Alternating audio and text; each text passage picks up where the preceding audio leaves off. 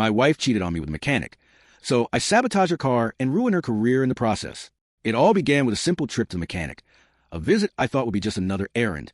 Little did I know, it would uncover a betrayal that shattered everything. For years, I had trusted my wife, believed in our marriage, and supported her through thick and thin. But one afternoon, when I picked up my car, I overheard a conversation that would change my life forever. I had no idea what to do with the overwhelming rush of emotions flooding my mind. Anger, disbelief, and heartbreak took over as I listened to my wife's voice, not just speaking to mechanic, but flirting with him. The worst part?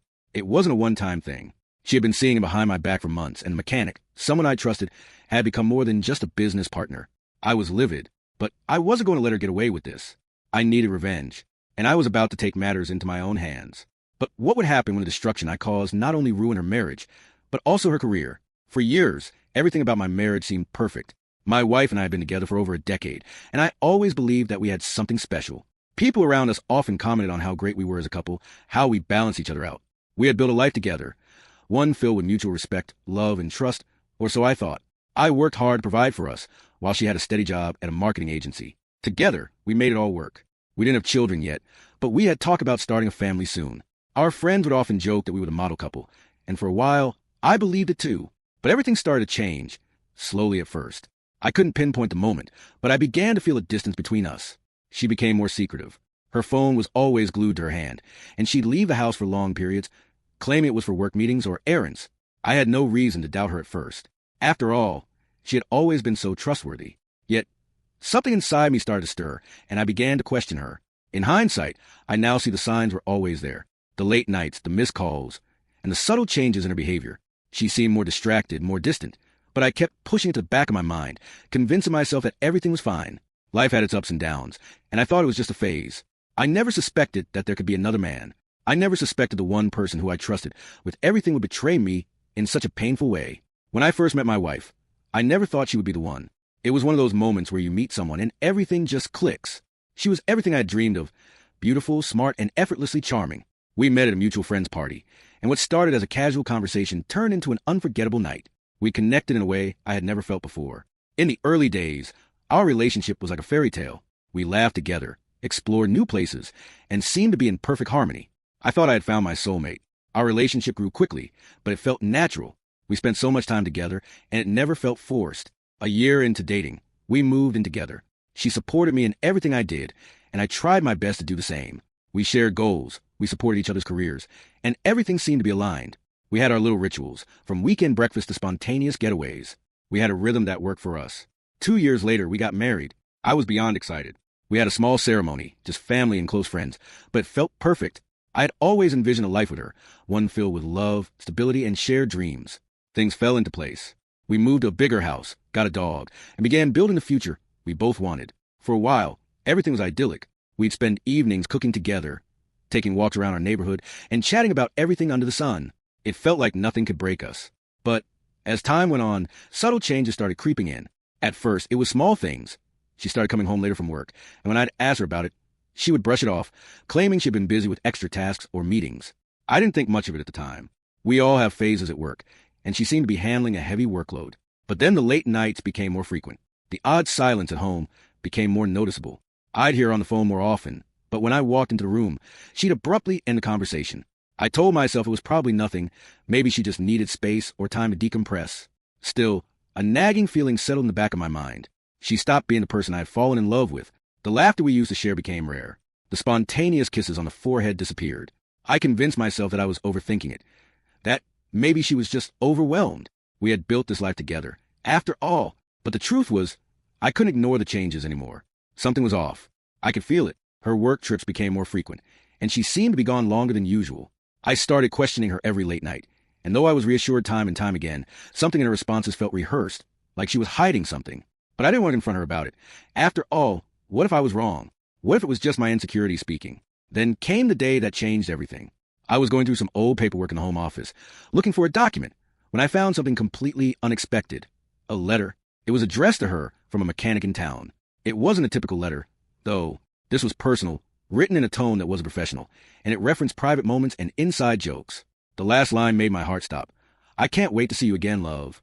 I felt the blood drain from my face as my hands shook. My mind was racing as the reality hit me, like a freight train. I had found the proof I was dreading. This wasn't just a feeling anymore.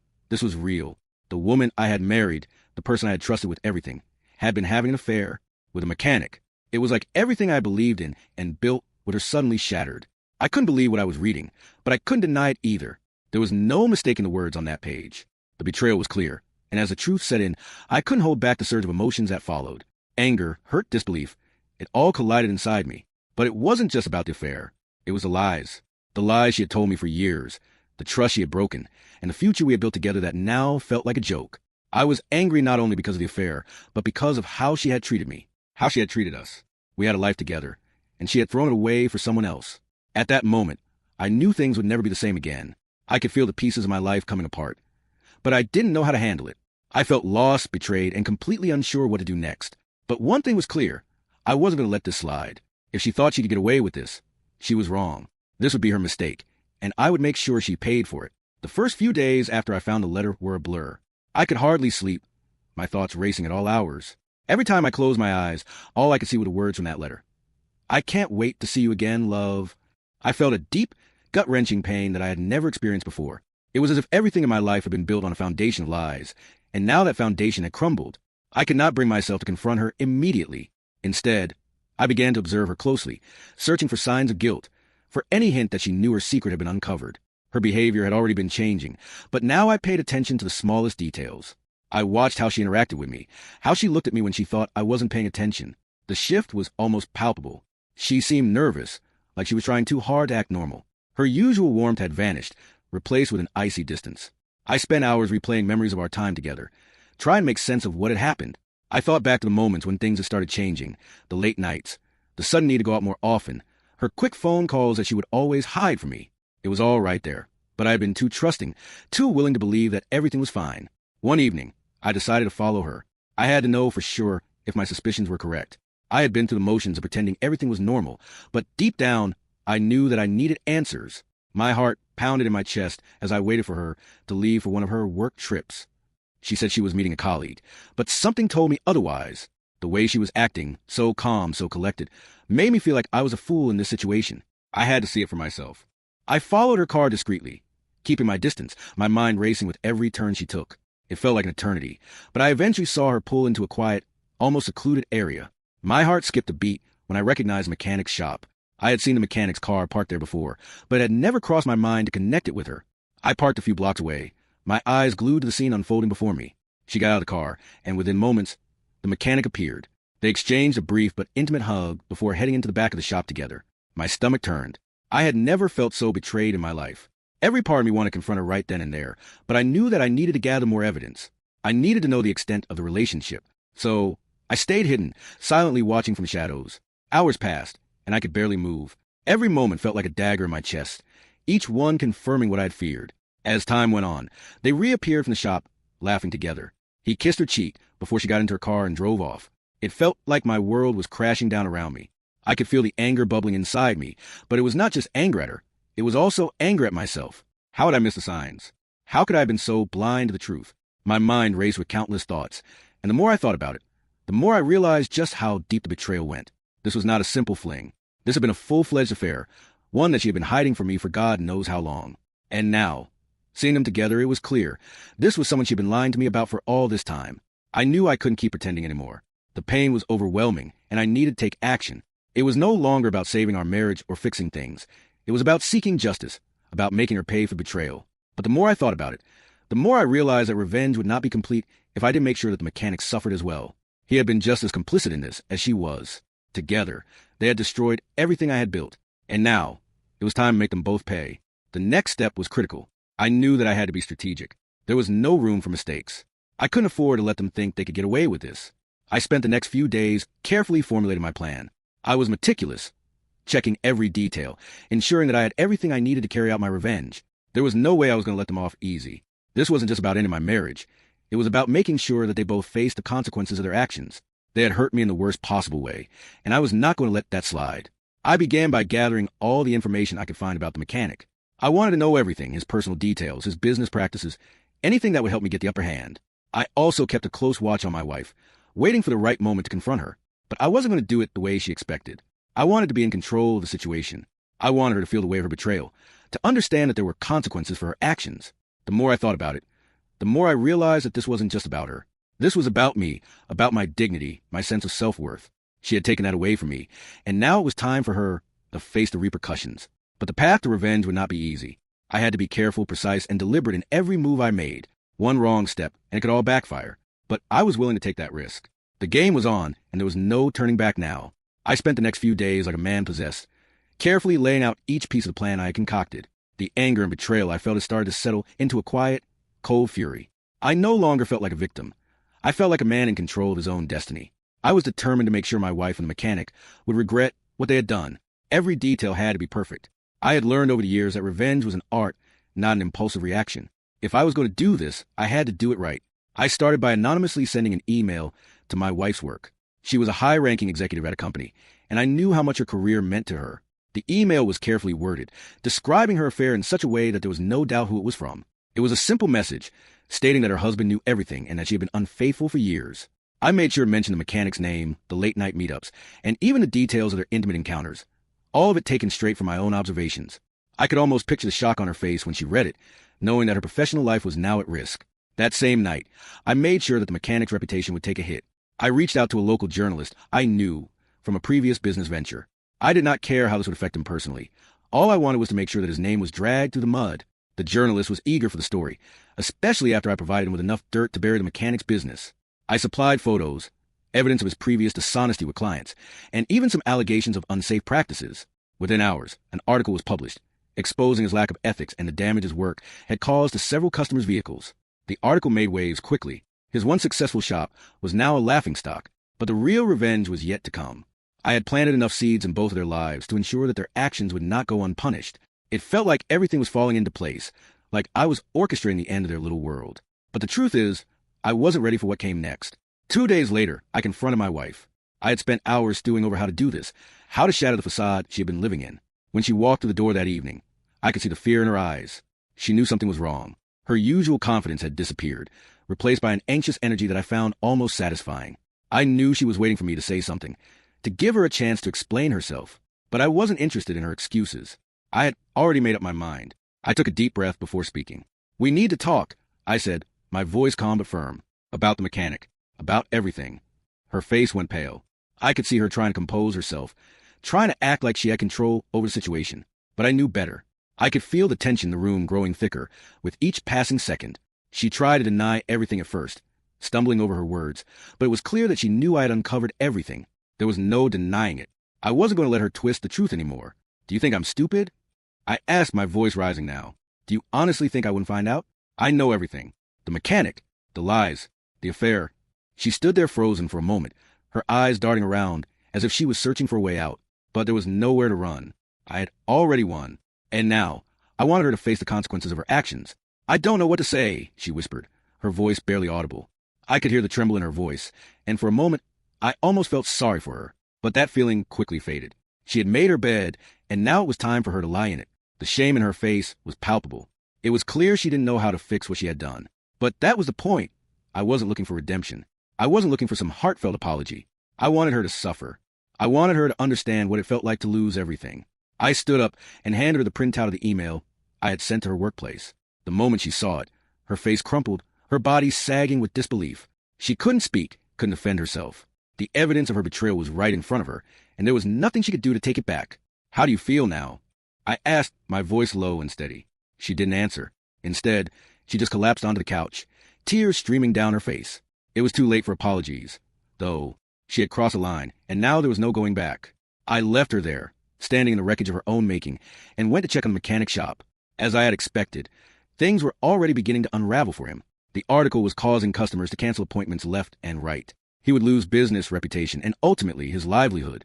And while it was satisfying to see him pay the price for his part in all of this, it was not enough. He had still hurt me, taken something from me that I could never get back. But at least I had done something to make sure he felt the weight of his actions. Later that evening, I received a call from my wife's work. They had suspended her indefinitely while they investigated the allegations. I could tell that she was trying to salvage whatever dignity she had left, but it was futile. Her career, which had once been everything to her, was now in jeopardy because of her own choices. The final blow came a few days later. She packed her things and left, her world crumbling around her. I had no sympathy for her. She had made her bed, and now she had a lie in it. Watching her walk out the door, I realized that I had won. Maybe not in the way I thought I would, but I had taken back control. I had made her pay, and that was all that mattered. The weeks that followed were filled with an overwhelming mix of emotions. At first, I felt a strange sense of satisfaction, as though I had somehow righted the wrongs that had been done to me. There was a deep, burning sense of justice in seeing my wife and the mechanic face the consequences of their actions. The mechanic, once so smug and confident, now had his business falling apart. My wife, too, found herself caught in the web of her own deceit. Yet, as time passed, I began to notice that the satisfaction was short-lived, replaced by a gnawing emptiness that lingered in the pit of my stomach. The reality was, revenge had not provided the healing I had expected. It hadn't filled the void left by the betrayal or taken away the years of heartache I had experienced. In fact, it made me realize how much of my identity had been wrapped up in the toxic relationship. For a while, it seemed like I had no idea who I was anymore without the anger and bitterness that had fueled my actions. My wife, once so confident and in control of her life, now appeared broken and disheveled. The betrayal had shattered her, and now the consequences of her affair were unfolding before her eyes. The job she had built for years, the career she had worked tirelessly to maintain, had crumbled in a matter of days. The email I had sent had not only ruined her career, but also exposed her to the world. People in her professional circle now whispered behind her back. She lost clients, colleagues, and the respect she had once commanded. The damage was irreversible. She tried to rebuild, tried to salvage her reputation, but the stain of the affair was impossible to wash away. I watched all of this unfold from a distance. I knew she was struggling, but I couldn't bring myself to care. Part of me felt for her. There was a human side of me that still remembered the woman I had married, the one who had once been my partner in life. But that side of me felt distant, almost foreign. She had destroyed our marriage, broken my trust in ways that could never be repaired, and no matter how much she pleaded or apologized, I could never forget the betrayal. The anger had burned so brightly at first, but as time passed, it settled into a cold, unshakable resolve. I could never go back to her. Her attempts to come back were pathetic, almost pitiful. She would show up at my doorstep, tears in her eyes, begging for forgiveness. She tried to explain that it was a mistake, that she had made a terrible choice, and that it was something she regretted. But I had heard it all before, the lies, the excuses. They no longer held weight. I had been betrayed in the most intimate way possible, and no amount of begging would erase the scars left behind. She came back a few times, each time more desperate than the last, but each time I sent her away. There was no place for her in my life anymore. The mechanic, however, did not seem to understand the weight of what he had done. His life was a series of quick fixes, superficial attempts to patch up his tarnished reputation. The damage he had caused to his own life was far more immediate than my wife's. He lost clients almost overnight. His business that had once thrived slowly crumbled to nothing. Word spread quickly about what had happened, and soon he was seen as a man with no morals, no boundaries, just a man who had crossed lines for a few fleeting moments of pleasure. His clients abandoned him one by one, and the mechanic's world began to fall apart. It didn't take long for his reputation to be permanently damaged. His shop, once a busy, well-known establishment, turned into a ghost town. He was left with nothing but his guilt and the weight of his poor decisions. But still, I couldn't find any satisfaction in that. Watching him suffer didn't bring me peace. It was just a reminder of the ugly world I had been dragged into, a world of lies, deceit, and betrayal. I had seen a side of people that I never thought I would, and while his life had fallen apart, it did not make me feel any better. I couldn't help but feel that something was missing. I had gotten the revenge I had wanted, but now that it was over, I was left to face the consequences of my own actions. What I had thought would bring closure only seemed to deepen the wound. As the months passed, I realized that my journey for revenge had only prolonged my suffering. In the end, I had done nothing but feed the anger inside of me, making it grow until it consumed me. I had thought that hurting my wife and the mechanic would make me feel better, but in reality, it had only created more chaos in my life. I hadn't healed. I hadn't found peace. I had simply exchanged one form of pain for another. I knew that the only way to move forward was to let go. Holding on to the anger, the bitterness, and the desire for revenge would only continue to weigh me down. Slowly, I began to rebuild my life, piece by piece. I threw myself into my work, into my hobbies, into things that made me feel like myself again. I started seeing a therapist, not because I felt regret for my actions, but because I needed to find a way to live without being consumed by my past. It was not easy. Some days, I felt like I was trapped in cycle rage, unable to move forward.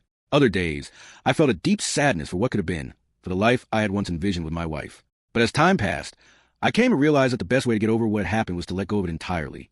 I needed to forgive, not for her sake, but for mine. Holding on to anger would not fix anything, and it certainly wouldn't change what had happened. The final chapter of my marriage had been written in pain and bitterness, but it was over. I was finally free, even if the freedom didn't feel as sweet as I had imagined. In the end, the revenge I'd sought did not bring me the peace I'd hoped for, but it did give me clarity. I realized that sometimes the best revenge is simply letting go, moving forward, and reclaiming your life.